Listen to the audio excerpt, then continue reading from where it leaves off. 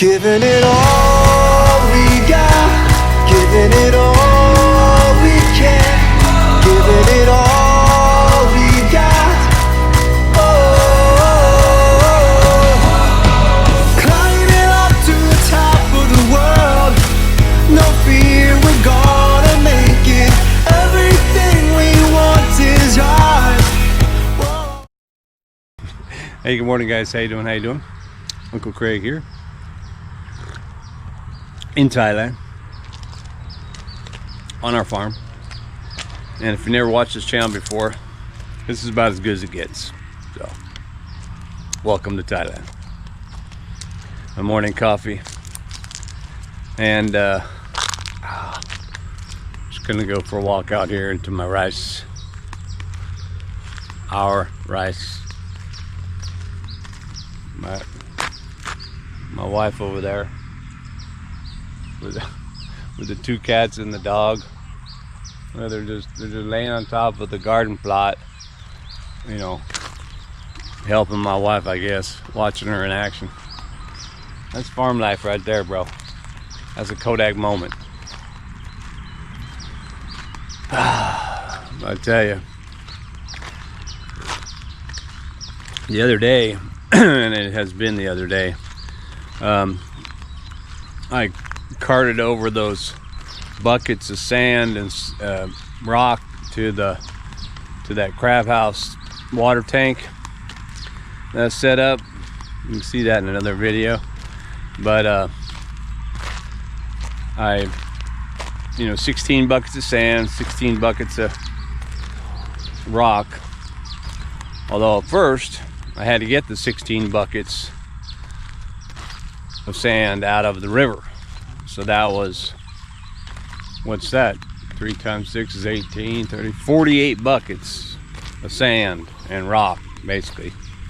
I didn't get the rock out of the river. I had the rock here. But anyway, my point is, I can't move my fucking arm.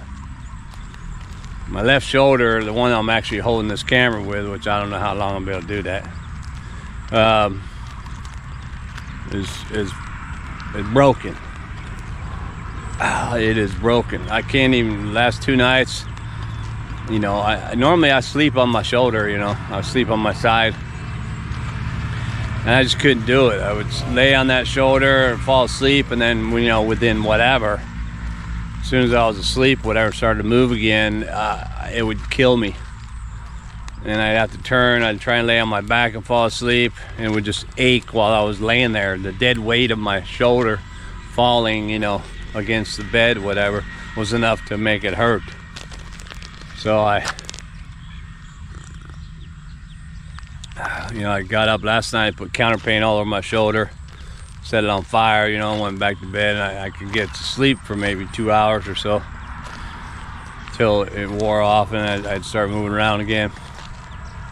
I got up again a second time, did it again, because it was just too much, man. You know, it was an overuse injury, basically, because it was carrying all those buckets, but then it was the last part that I was putting it into the water tank. You know, I put it in over the top, so I had to kind of swing the bucket up and dump it into the top, and that's what probably overtaxed my deltoids or the entire cuff of my shoulder. So now I can kind of barely hold this camera, but I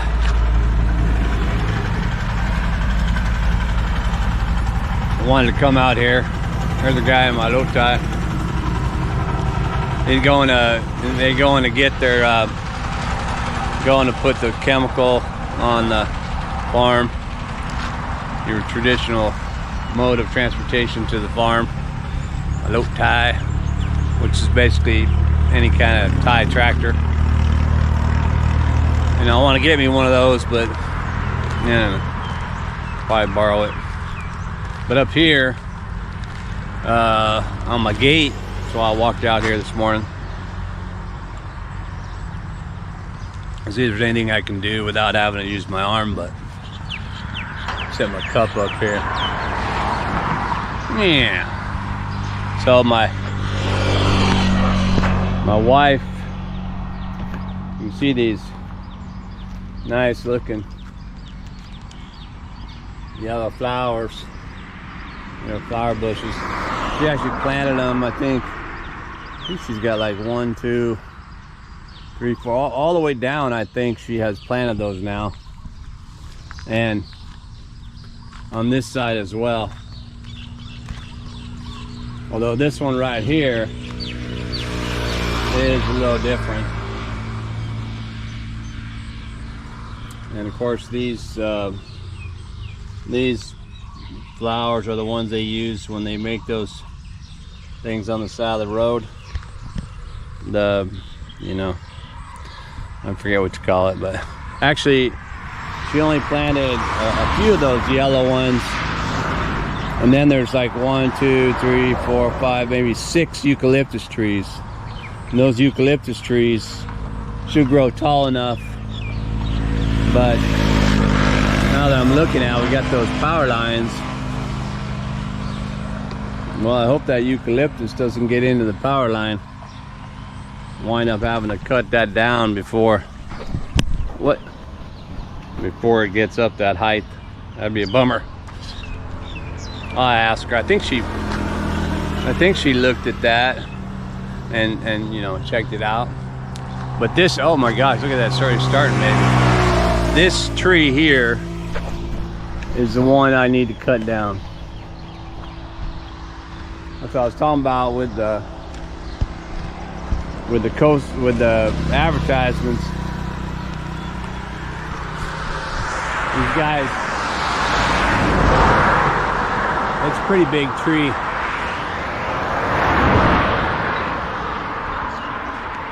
But it hasn't shown any green vegetation on it in a couple of years, so it's pretty much dead. But now I'm looking, and I also see right there, you can see right there it's starting to buckle.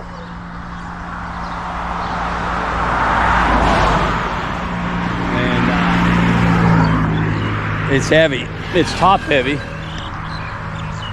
so that thing buckles, it's gonna fall into the road for sure. I got to get out there. So the other day I grab my coffee.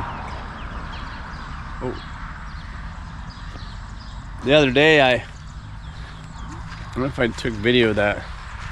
My chainsaw, which I have used, I bought it locally here. It was only like 2,500 baht or something like that, like a $60 chainsaw. Pretty good though. Cut down all those trees that were bad when we first got here. If you saw some of my earliest videos from last year, you can see like a huge wood pile that I had over there that I used. I burned the whole thing. I made that charcoal kiln that that you can make like off of the YouTube. It worked like a miracle. I mean, it was awesome. I burned a couple barrels full of charcoal. Anyway, burned all that wood, and I used the chainsaw for all that plus other stuff. But in my infinite quest for getting things done, I never bothered to service it, other than putting oil and gas in it. But I never bothered to clean out and service it. I mean, I think I brushed sawdust off it maybe after I would use it, but anyway, it didn't run. It stopped. I'd have to pull it like 50 times to get it started, and I dropped it off at the small mechanic guy, and I think what happened was that day was I must have pulled it. I must have tried to start it like 49 times, and I said, forget it, man, I'm gonna drop it off. And so I dropped it off, and then when I left, they picked it up and said, well, let's see what's wrong with it, and they pulled it, and it actually started for them. And then they're like, hey man, there's nothing wrong with this. And then they put it on the shelf, tagged it, and charged me 10 bucks or whatever. And I came back later and picked it up. But then when I drove away, I tried to start it and wouldn't start because now it had been sitting all day, right, or whatever. And so I was like, again, I pulled it. I tried pulling it 50 times. It wouldn't start. So I drove back there and said, dude, this thing don't start. And he's all, what?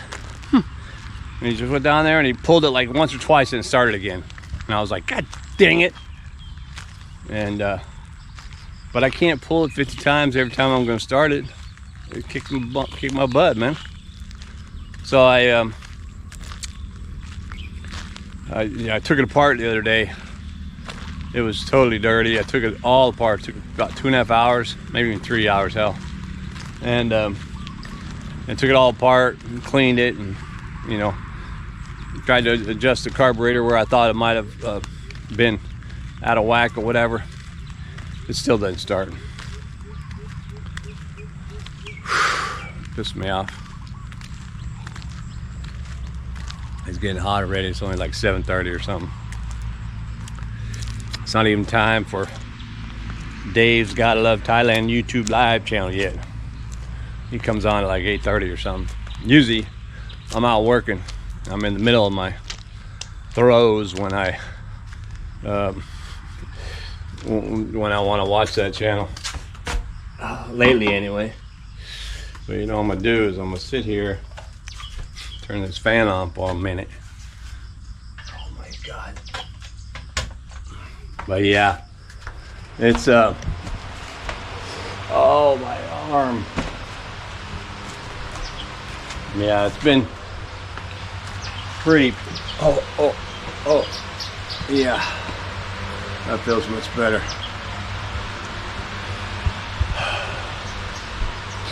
It's because the rain season's here. The humidity has, you know, peaked up, so it's easy to break a sweat. But I have to, you know, I want to do stuff, right? But holy moly! But because of my arm now, I have to think of stuff I can do without my left arm, really. And right now I'm holding this camera with my right arm now. My left arm's like, I had enough. But yeah, I think what I'm gonna do is I'm gonna try and, I can't even point with that arm. The corner post, I think I showed in my other video, there goes the cat. In my other video that I, you know, put that shear board on the outside, see how it would look and stuff. So I might be able to do that with one arm. I need to find a piece of metal or something like that to put up against that post so that it's, you know, it's square, because the shear board is wider than the 4-inch post. I don't want to cut the shear board. I could, but it would have a little bit of a rough edge, and I don't want the rough edge on there.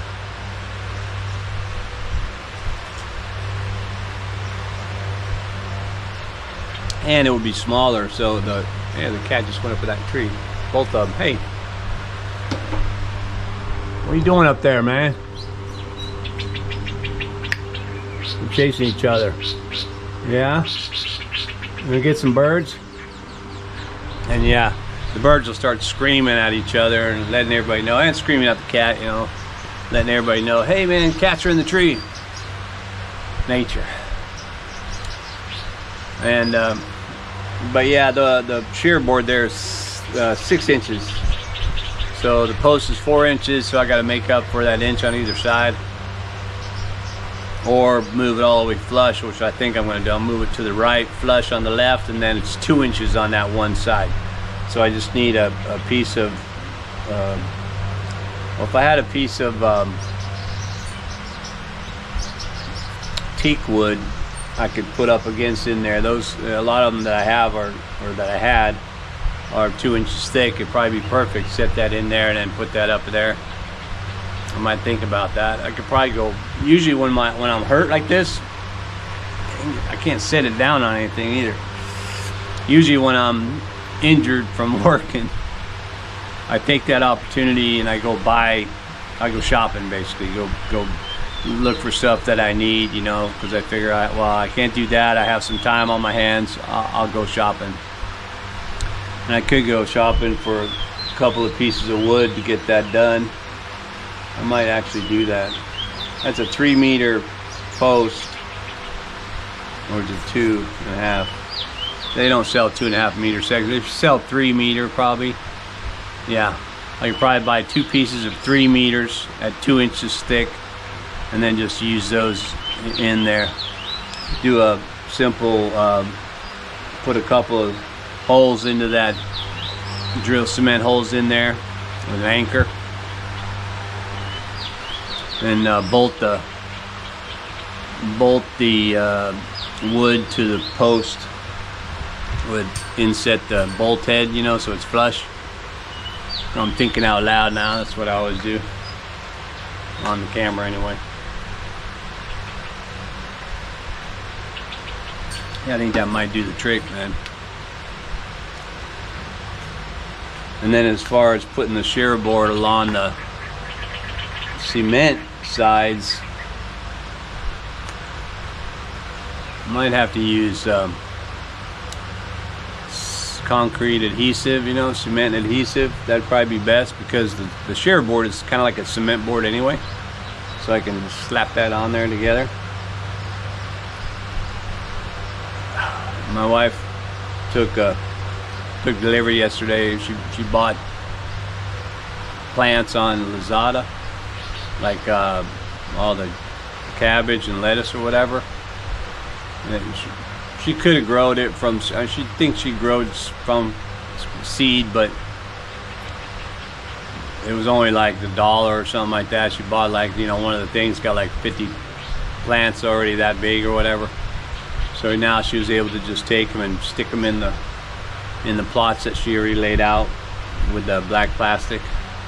Looks real good. Should come out real good. We eat a lot of that lettuce if it's here, because we wrap it with the fish from the pond when we make, you know, steamed fish or salty fish or just grilled fish, whatever. The lettuce comes in real handy, and it grows really quick, so you get that.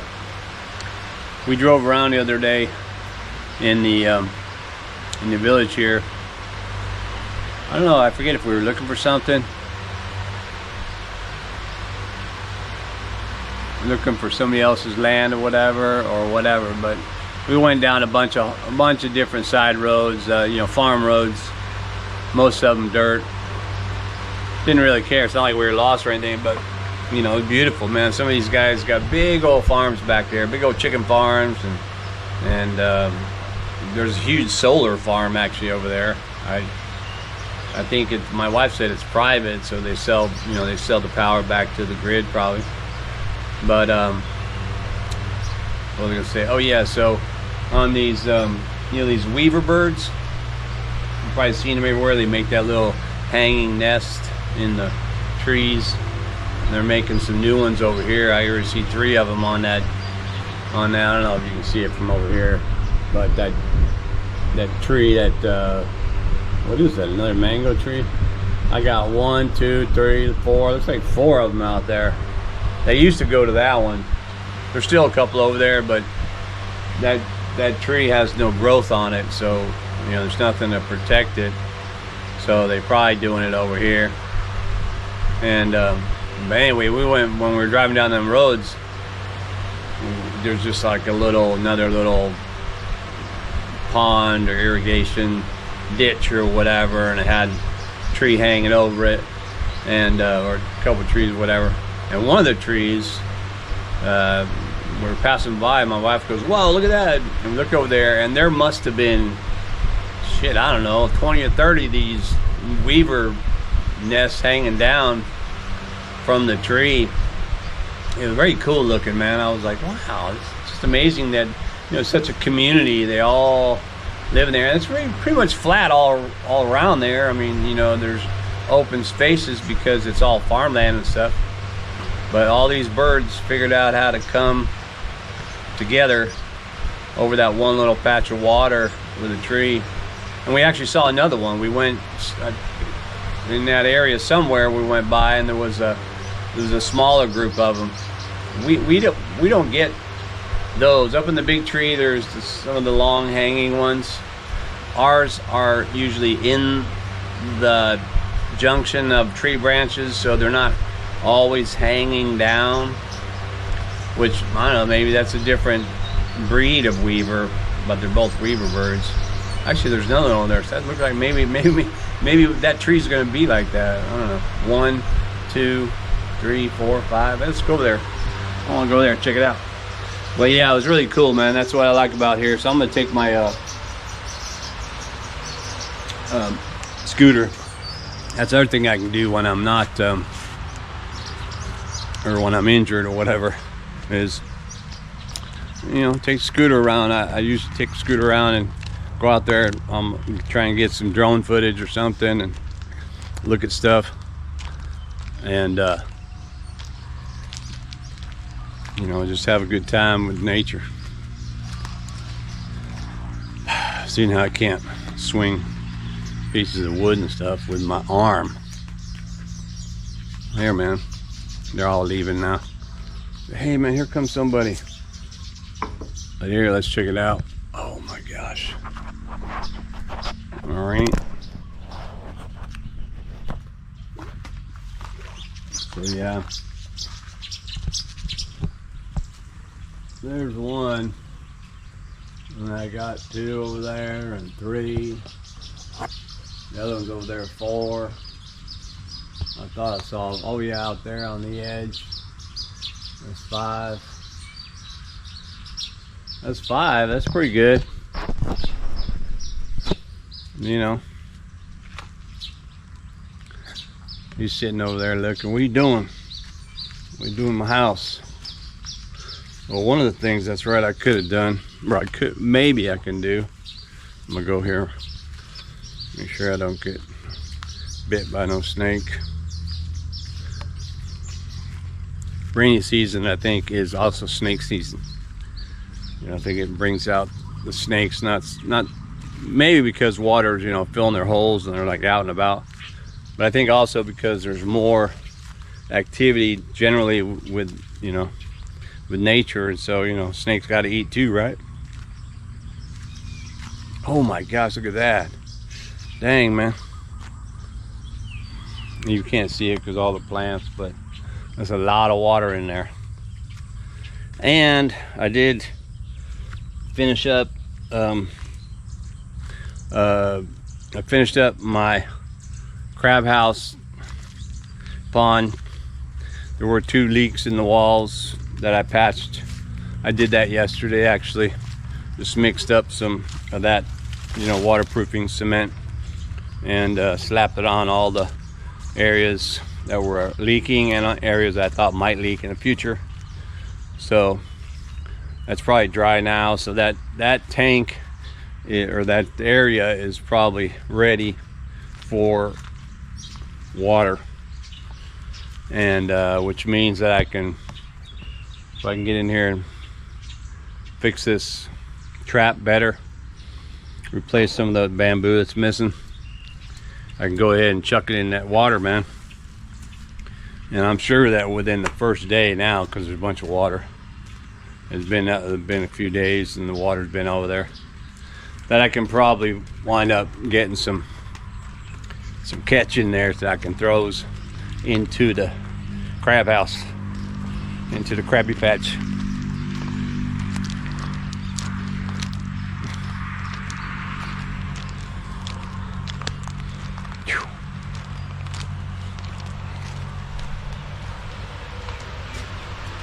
Oh my gosh. I was watching this morning when I was having my breakfast. What did I do with my coffee? I left it over there. Well, I was watching Toon and Lay's Porpang Farm. Ty and British couple over here that have another farm, a great YouTube channel. He's a goat farmer, and massive farms. You know, I'd never be able to handle that much. But anyway, what did he say? One of the things he said or it was either him. No, it was him. Yeah, I was looking at the comments too. One of the things he said was something about, you know, that, you know, you feel it the next day, or you're hurt or whatever. Or the farm can hurt you. I don't even remember what he said, but I know it was reflective of you get hurt, man, doing this work. And I was like, yeah, you got that right, because you know you do. You're doing it because you want to, and it's fun. You know, it's not the kind of fun like on a roller coaster or whatever, but it's fun to you because you're enjoying it. And I guess when you enjoy it, you can call it. Speaking of fun, yeah, the battery died right there. I always say that. I always, like, I don't know, I guess let you know when the battery dies on the GoPro. So if you get a GoPro, you'll see how consistent that is. You know, it's not too bad. I mean, I just haven't remembered how to make it so the battery doesn't die from overheating, I should say. That's why it dies. It gets too hot after about 25 minutes, maybe 30 minutes, and certainly depends on the weather. If it's super hot outside, it's probably only going to be, you know, whatever, 20 minutes or something like that. But it gets hot and then it shuts itself off. Usually when it does that, I'll open up the door, I take the battery out, take the memory card out, you know, set it down with the door open, you know, 5 minutes or whatever. When I did that, I set that down right now, and then I went and I just picked up old piece of bamboo laying in the dirt, and grabbed my bamboo splitter. And I also got this is another machete blade that I found buried in the dirt somewhere. I think it was buried in the dirt in front of this house. It was all rusty and stuff, still is, but I ground it off pretty good, and I put a little bit of an edge on it. So I'll see if I can use this one to make the bamboo pieces for this trap. You can see, like I said, on this trap, let me stick this down in here. Boom, you can see how it's broken pieces, or those pieces are left, but all around there, those pieces are missing.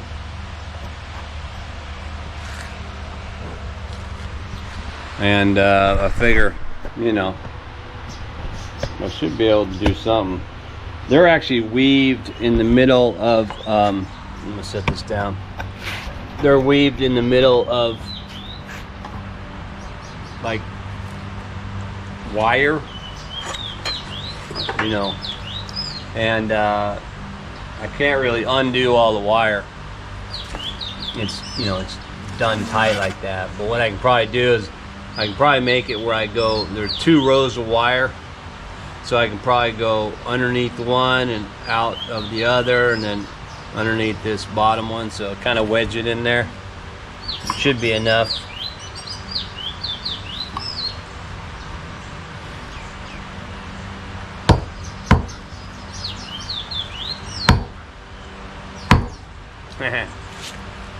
This is pretty thick bamboo.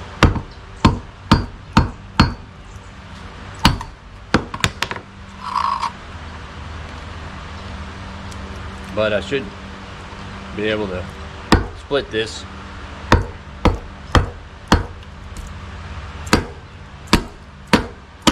See that? Boom, that's how it splits it, man.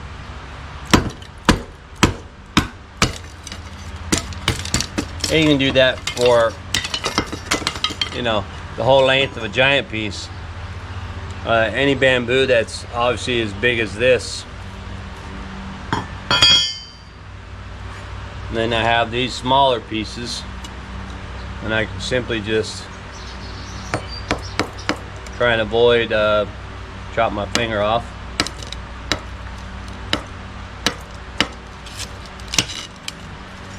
I only need them about that big, maybe a little bigger.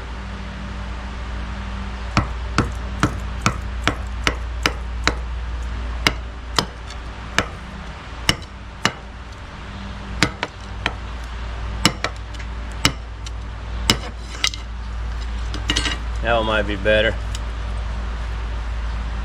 But yeah, I'll make like 8 or 10 of these. Stick them in there. Maybe that bottom side too, if I can get my hand in there and put it together, make it work. We'll catch some crabs, maybe some turtles. Okay, well, there you go. I could go on, but I think I'm already 30 minutes into this video probably. That's life here on the farm. The daily whole hamdala. No, that's Arabic, isn't it? Hamdala. Oh, hamdala. No. Yeah, that's how you work with your bamboo, man. You do a lot of things with that. You gotta watch, you know, you don't chop your hands off. These bamboo splitters are sharp, man. You accidentally get your finger in that way or something like that, you're gonna get it cut off. But yeah, so I'm gonna get this trap done, see if I can fix it back up to reasonable shape so that big old catfish or crabs and stuff can't get back out the same way they came in, because it's designed to not get back out. But with all that missing material, you know, the clever fish and all that, if this thing is totally submerged, it's real easy for the catfish, or would be real easy for the catfish to get back out of here. They would just float right back through that same hole. But with the, you know, with the bamboo all the way narrowed down, they wouldn't be able to do it. So let's get that done, and maybe in the next video I'll show you what I caught. All right, man, thanks for watching then, and keep watching, and I'll get back at you.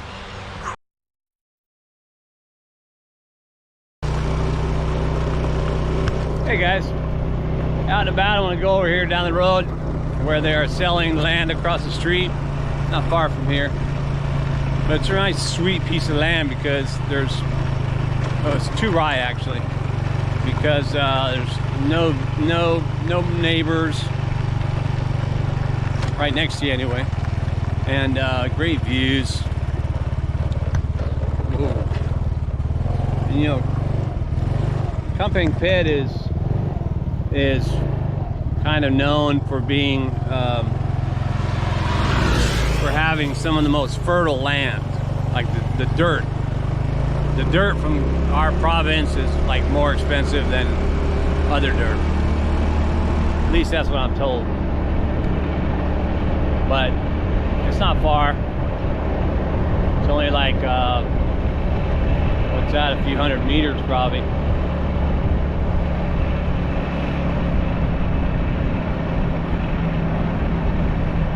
I don't know much about the land other than how big it is and how much it costs. I know that it's the land for sale that's right here on the roadside, on the front of the road. And it's right here. I'm gonna park under the shade.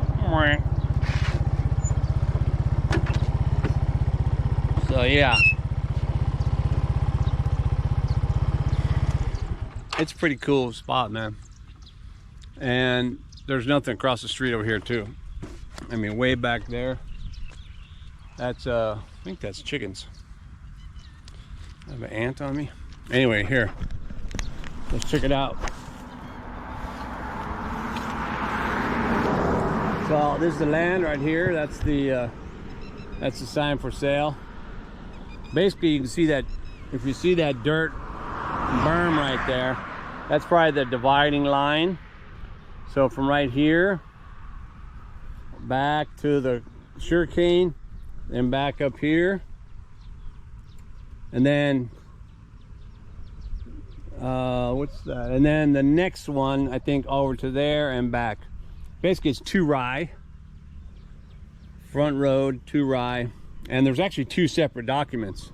So if somebody wanted to buy 1 rye or buy the other rye, you'd have 2 set documents. You can see, You know, the camera probably doesn't do it justice because the way the lens is, but that's a massive hilly scenic view, and there's 2 or 3 layers of hills back there, and all goes hills here too, these little mountains. Nothing but land, farmland out there, unobstructed. Guy's got his little, maybe a little farm kind of house back there, and of course over this way is a village. That's actually a shop. And there's a village road that goes through there, a back road. But it's a pretty cool piece of land, man. And the cost, you say? Well, like I said, because, you know, this land, or this the province has this, you know, history of really fertile soil and all that, it's kind of expensive. It's actually 2 million baht per rye. Although he did say that he would give a discount, or that he could, you know, lower the price. Actually, he said he lowered the price if you want both rye. But, you know, listening to him on the phone, he lowered the price probably for 1 rye. You know, that's a good thing about Thailand. You can pretty much negotiate anything. It's also on that view, by the way, I don't know if you can see it, but there's a beautiful temple that's just at the bottom of the foothill almost. It's not quite finished in construction, but the Chedai is there, whatever, or the main temple is there.